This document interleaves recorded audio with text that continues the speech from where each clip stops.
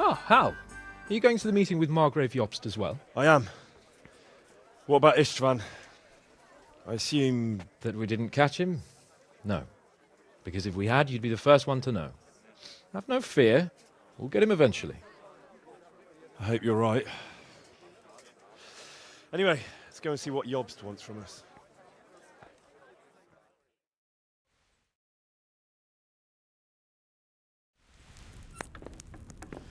My lords, Christ's blessings on you all.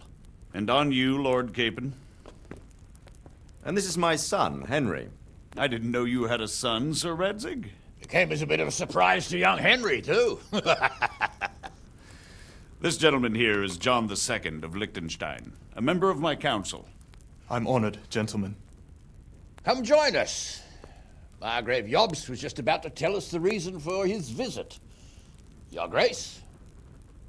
I'm sure we're all agreed, Your Graces, that all this unrest must come to an end. This kingdom needs a king. Question is, which king? My cousin, Wenceslas IV, who is being held in captivity. I have to confess, my lord, that your answer surprises me a little. If I'm correctly informed, until recently you sided with your other cousin, Sigismund. That I cannot deny, and I have always stated my position plainly. But times have changed. How have they changed, Your Grace? Sir, there is one thing on which we undoubtedly concur, that King Wenceslas, unfortunately, did not inherit his father's gift for governing. Sadly, his failures have cost Bohemia, the nobles, and our whole Luxembourg family a great deal of money and effort. How did the king let it go so far, damn it? It's in his temperament. He cares only for wine, women, and the hunt. A king, in fact, who never wanted to be king. Then why didn't he just let his brother have the crown? Young sir, the crown weighs heavy when there are duties to be performed, but to surrender it means giving up great privileges too. But he did surrender power to his brother. When things started getting out of hand, Wenceslas appealed to Sigismund for help in restoring order. What, you're saying Wenceslas has invited him here? This is starting to make my head spin. Actually, it makes sense when you think about it. Sigismund wanted to re-establish the power of the whole House of Luxembourg. He thought if he helped Wenceslas win the imperial crown, in return his brother would help him become the king of the Romans, and leave the actual reign of Bohemia and the empire to him. Sigismund would govern, while Wenceslas could carry on doing what he was best at, enjoying the life of the imperial court. Why wasn't Wenceslas crowned Holy Roman Emperor long ago? He was already elected king of the Romans. All he had to do was go and let the Pope put the damn imperial crown on his head. Who knows? Maybe he'd prefer hunting and consorting with bathhouse wenches to spending time with the Pope. Well, so would I must admit. Sigismund's plan seemed sound enough, but it didn't quite work out, did it? It worked for a while. He and his brother reached an agreement. Sigismund took over administration of the kingdom and began planning Wenceslas's journey to Rome for the imperial coronation. But then Wenceslas realized he would just be a puppet with a crown. I must say, Margrave Jobst, Wenceslas and Prokop behave rather like naughty children in need of a good clout about the ears. Sigismund would agree. He was already planning his rule of Bohemia, and all of a sudden, the rug was pulled from under him. I'd say he lost his patience and decided he'd drag Wenceslas to the coronation kicking and screaming if he had to. Just like a naughty child, as you say. So he abducted him and your brother Prokop too, if I heard correctly. Correct. And you helped him do it, if I heard correctly. Yes, Your Graces, it's true. I was there when Sigismund abducted Prokop. I thought everything could somehow be settled, that we could make my brother see sense. But Sigismund just wanted to put an end to the dispute once and for all, whatever the cost. There was nothing I could do to stop him. And that's one of the reasons why I'm here. The worst of it is that it was all for nothing. Instead of putting a stop to the revolt, it escalated it, and the result is this chaos we have today. That's true enough, sir. But I must admit now, I'm not sure what your position is. The king is incompetent, but we must protect him? The simple truth, gentlemen, is that for all of Wenceslas's faults, we have no one else. So we'll have to make do with his idleness. People like him, though. But what can we do now? Sigismund has the League of Lords behind him. Otto von Bergolf, Heinrich von Rosenberg. The situation has gotten completely out of control. Now even the nobles of the League of Lords are realizing that Sigismund wasn't the right choice. So now Berghoff is on your side.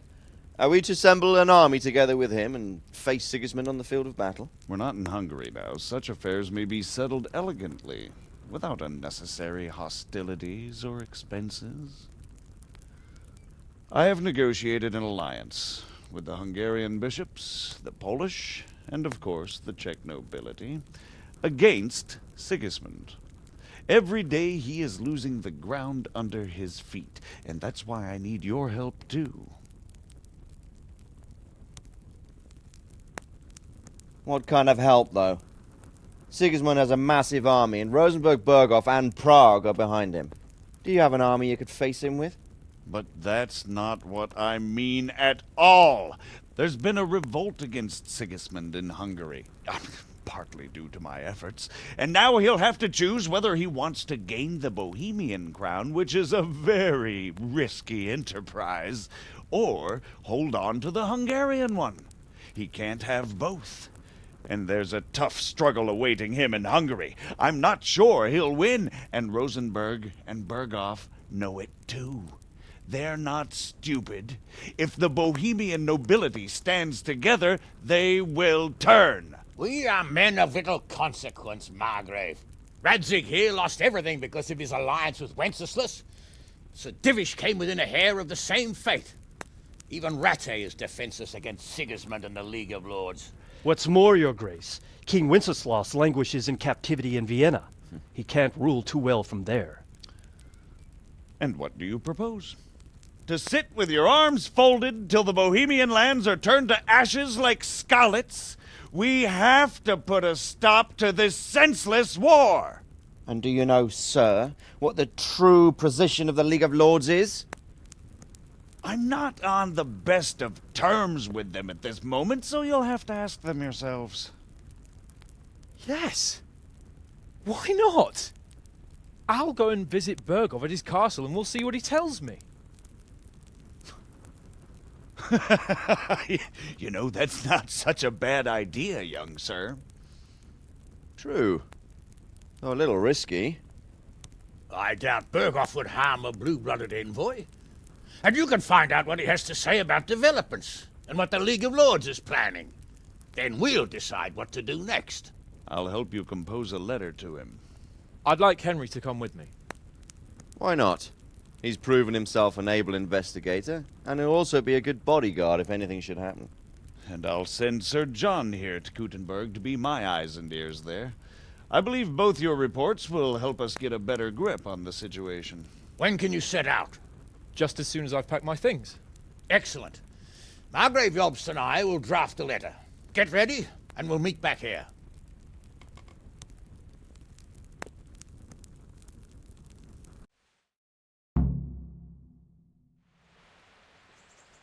I expect it would be best to write it in your name as Lord of Lipa. Quite so, Margrave. What exactly am I to write? Oh, what isn't really the issue? The question is how.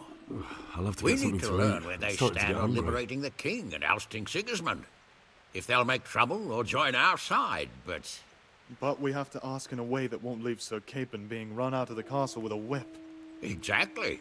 How about writing that you're concerned about current events and that you want to see things settled peaceably, and then ask the opinion of the League of Lords? Very well said, sir. And what they want to do about freeing King Wenceslas. Whether they think liberating King Wenceslas IV might contribute to resolving the dispute? And what they plan to do about the god-awful mess in this country.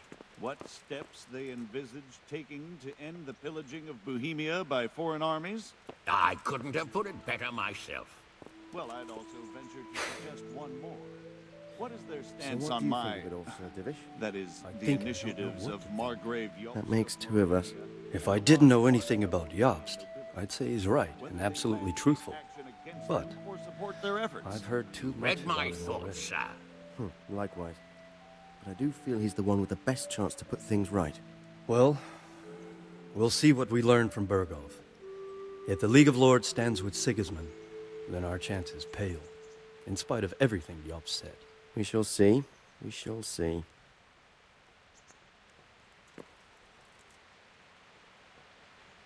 So, it looks like you're off on a mission.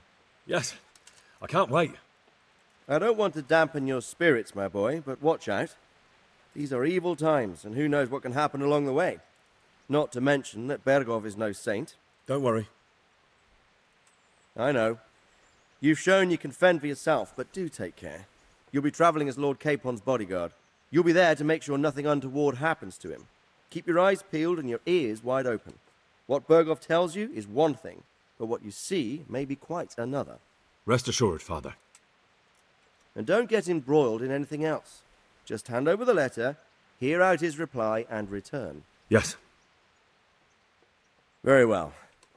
Bergov is at Trotsky Castle. I think you'll find it quite an eye-opener. It's one of the finest castles in the land. It's 3 days' ride from here, so unless you hit a snag along the way, you'll be back soon enough. Any questions? I'm getting a bit lost in the Luxembourg lineage. It all seems a bit too tangled. The Luxembourgs have ruled the Empire and Bohemia for almost 100 years now. Emperor Charles brought this land to prominence. When he was in power, things had never been so good. Wenceslas and Sigismund are his sons, but by different mothers. Jobst and Prokop are their cousins. They were entrusted with governing Moravia. But instead, they've been in a bitter armed feud for years, and now Sigismund's fallen out with Wenceslas. Wenceslas also had another brother, the youngest, John of Görlitz, who was most probably poisoned. They seem like a hot-blooded lot. It's hard to keep up with their affairs, since they tend to change their alliances from one day to the next. Who is he really, this Jobst? The cousin of King Wenceslas? He's the Margrave of Moravia. I admit I don't know what to make of him myself. Until recently, he was allied with the League of Lords. For a time, he even served Rupert of the Palatinate against the king. And now suddenly, he's reversed his position. I don't know what led him to do it, and one can't help being suspicious. It's best to keep a watchful eye on him, but he really is the leader of the resistance against Sigismund these days.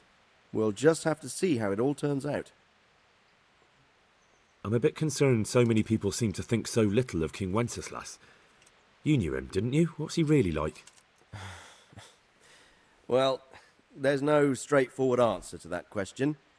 He certainly makes a great hunting and drinking companion, but he can be very fiery and impetuous when things don't go how he'd like them. He never had much of a head for high office. He finds it tiresome. But once a man's grasped the scepter, it's hard to let it go again. You can't just abscond. You've seen for yourself what happens when he disappears for a few months. Better a bad but legitimate king than a bloody war over the throne.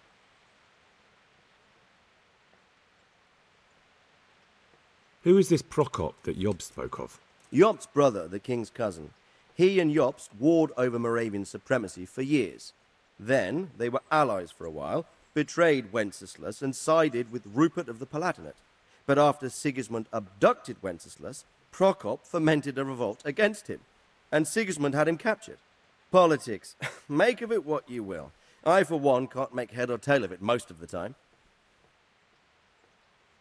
The League of Lords and that Bergov we're off to see. Who are they exactly? The lords of the powerful houses. Heinrich of Rosenberg, Otto of Berghof, Heinrich of Radetz, and others. They're unhappy with the way their influence declined after Wenceslas surrounded himself with the lesser orders of nobility. They abducted the king years ago and made him bow to their will. They got away with it that time, and now they've joined forces with Sigismund and done it again. But now it seems that Sigismund's behavior is starting to rub them up the wrong way, so they may well be thinking twice. We'll see what Berghoff has to say. I don't know all that much about Sigismund. He's the king's younger brother and king of Hungary in his own right. 7 years ago, he led a crusade against the Turks and was defeated at Nicopolis. Some say it was due to the recklessness of the French knights, most of whom were mercilessly slaughtered. Sigismund is ambitious and capable. He might well make a better ruler than Wenceslas, but he's arrogant, and to our misfortune, brutal. Not long ago, he himself was held captive by the Hungarian nobility. They dislike him as much as some of the Czech and German noblemen do his brother Wenceslas. Ironically, Wenceslas joined forces with Jobst to liberate him.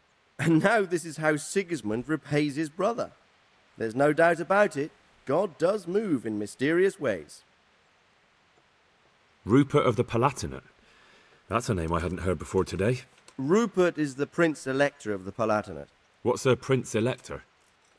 The Prince-Electors are dignitaries of the Holy Roman Empire who have the right to elect the King of the Romans, who would then be crowned Holy Roman Emperor by the Pope. Rupert took the title for himself with the help of 3 other Prince-Electors, even though Wenceslas had already been appointed.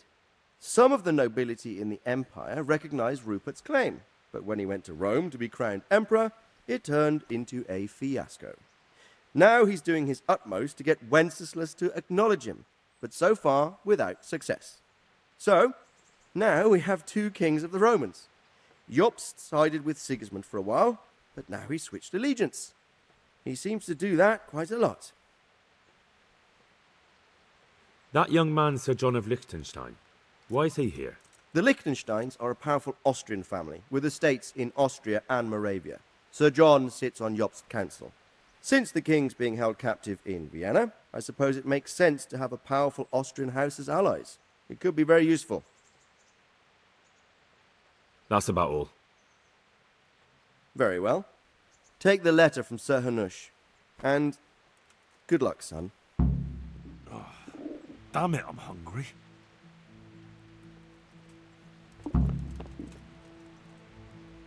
God be with you. Good luck then.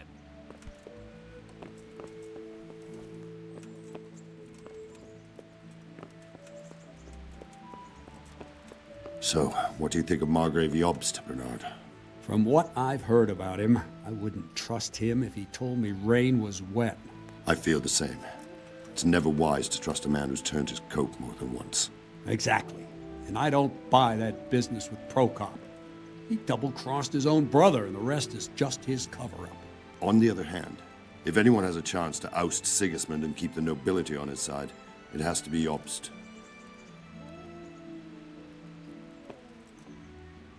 Good day. What do you think of Jobst's speech, Sir Robard? Honestly, lad, I wouldn't trust a word he says. He'll drag us into something, and when the going gets tough, he'll turn tail and leave us to deal with the consequences. And who is this Jobst exactly? He spent 20 years wrangling over Moravia with his brother, Prokop. Then they suddenly reconciled when Sigismund was captured in Hungary, and they went plundering there, claiming it was with the aim of liberating him.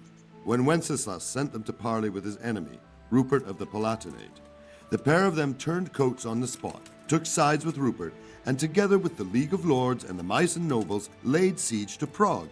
But then they made terms with the king. He agreed to hand over part of the government, and they sent the Meisseners home.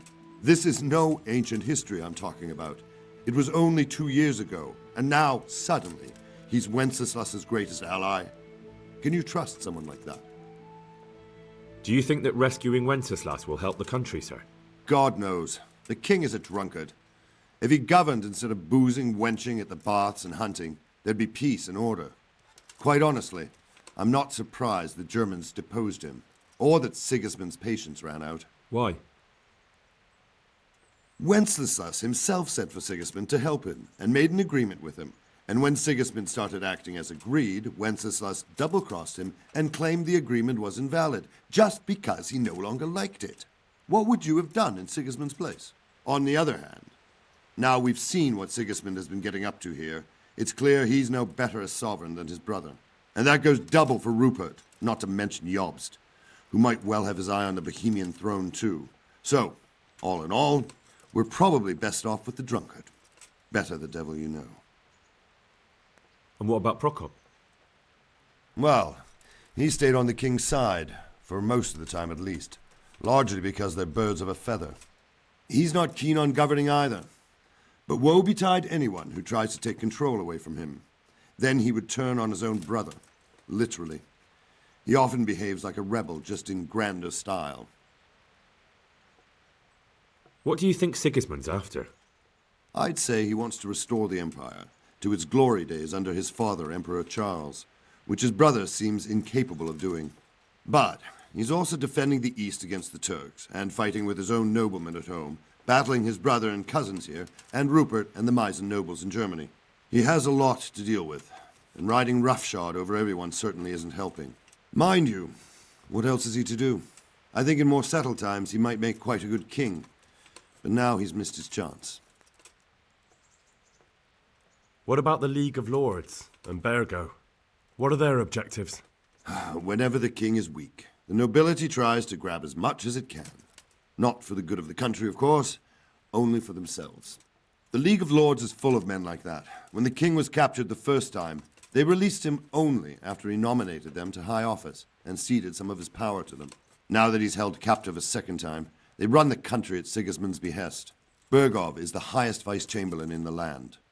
As soon as the king was captured, he declared a pogrom on the Jews and raised the tax dues of towns and monasteries. Watch your step with him. And what about Rupert of the Palatinate? What does he want? Rupert. He appointed himself king of the Romans, and ever since then he's been making the tactical moves of a coward who's not sure what to do. If Wenceslas were a man worth his salt, he'd have dealt with him long ago. But then, if Wenceslas was any use, he wouldn't be languishing behind bars in Vienna right now. Good. That was all I needed to know. Thank you, sir. You're welcome. Bear up, and take care of yourself. The world is a dangerous place, and Bergov's a dangerous man. Goodbye. God be with you. I've taken care of the camp. Where's the proof? Here it is. Good work. And that's not all. There's some trouble on the road to Sasau. There's most likely another camp thereabouts. Very well. I'll take a look. Goodbye. I've taken care of the camp. Where's the proof? Here it is. Good work. It looks like your work is done here at Ratai. I haven't heard of any other camps, so we may finally have some peace and calm. Good work. Thank you, Captain. But have no fear of idleness. I've sent word to Captain Robard. They're expecting you at Talmberg. There are Cuman hordes rampaging through their woods. Very well, Captain. I'll set off immediately. Glad to hear it. Good luck, then. I have some, trophies. Let's see. Bastards deserved it.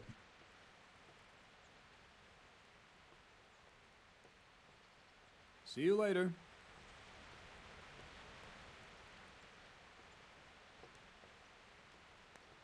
Good. Take care. I've been sent by Captain Bernard. He says you have Cuman marauders here. Ah, so it was you Bernard was speaking of. Well, the Cumans are marauding, that's for sure. Sir Divish did declare a decent reward for taking the bastards down. But we've not had cause to pay out to anyone so far. Is that because the locals are too frightened? No, they're more than willing to try. It's just they don't seem to make it back again. But don't let me put you off. We do know of one camp. Along the road to Neuhof, hidden between the cliffs. I'll pay you your reward if you can bring me proof you've killed the camp leader. They wear peculiar helmets with a face mask of sorts. Easy to recognize. All right. I'll see to it. Good luck, then.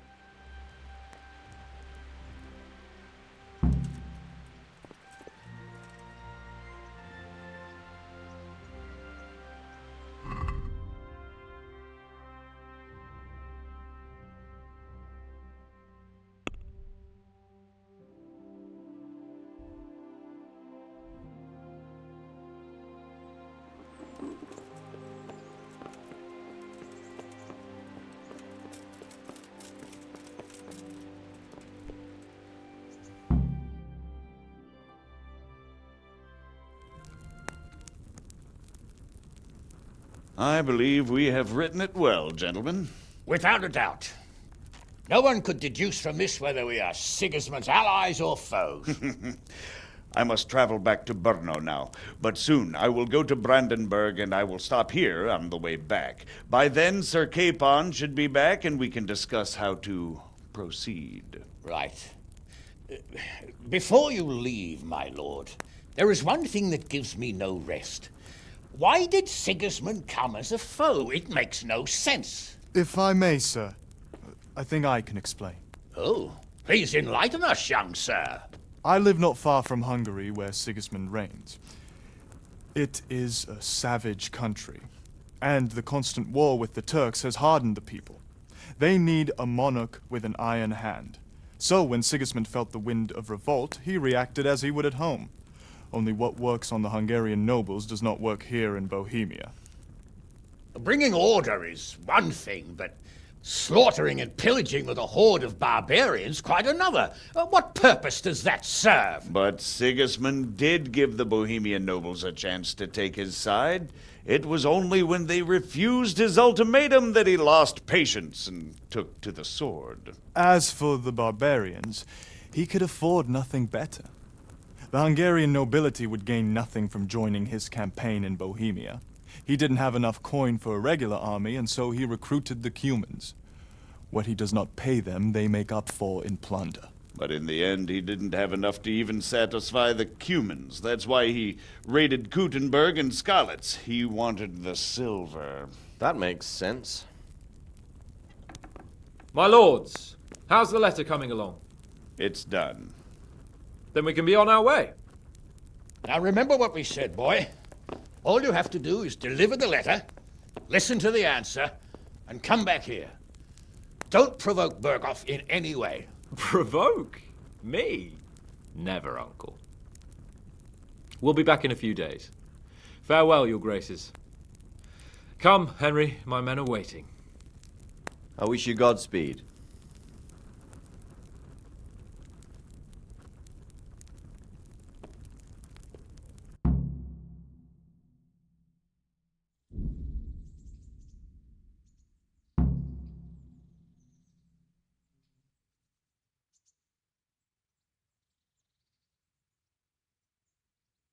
Come now, Hal. My men are mustered in the courtyard. We can get going.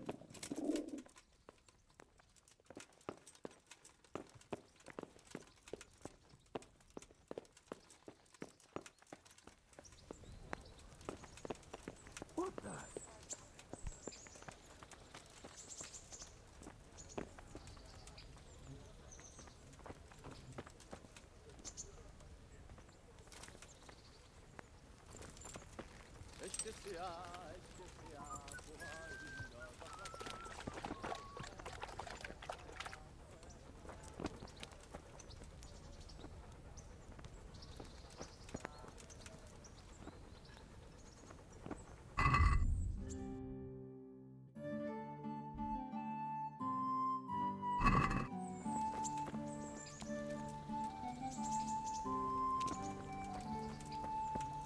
So, can we set off now, Henry? There was one more thing I wanted to attend to. I see. We'll go on ahead and wait for you in the camp at Neuhof. I'll use the time for a hunt before we go. Very well. We'll meet up there as soon as I'm done.